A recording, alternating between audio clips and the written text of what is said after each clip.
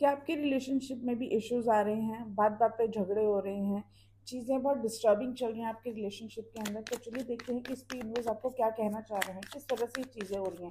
अगर अभी तक आपने मेरा पेज फॉलो नहीं करा है then please to follow my page to claim this energy. So let's see कि यूनिवर्स आपको क्या कहना चाह रहे हैं। यूनिवर्स कहना चाह रहे हैं कि आप लोगों के बीच में कन्वर्सेशन प्रॉपर नहीं है, एक प्रॉपर कम्युनिकेशन नहीं है, जिसकी वजह से बाकी लोग आपके रिलेशनशिप के अंदर आ रहे हैं, जिसकी वजह से आपके रिलेशन में और आप दोनों के बीच में गैप आ रहा है, बात बात में मतभेद हुए जा रहे हैं।